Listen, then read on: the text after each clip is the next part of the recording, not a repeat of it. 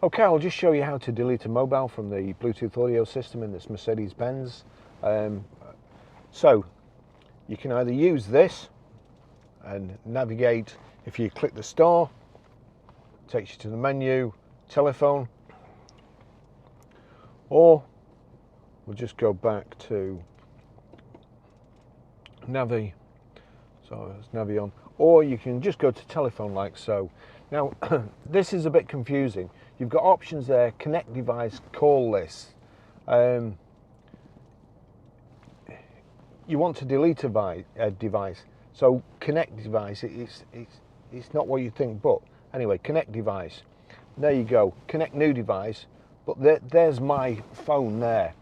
So if I come down to the phone, it says there's a telephone symbol. But then if I knock this over to this cog here, so knock the rotary control sideways, and then click on it, we've got a new menu, deauthorize.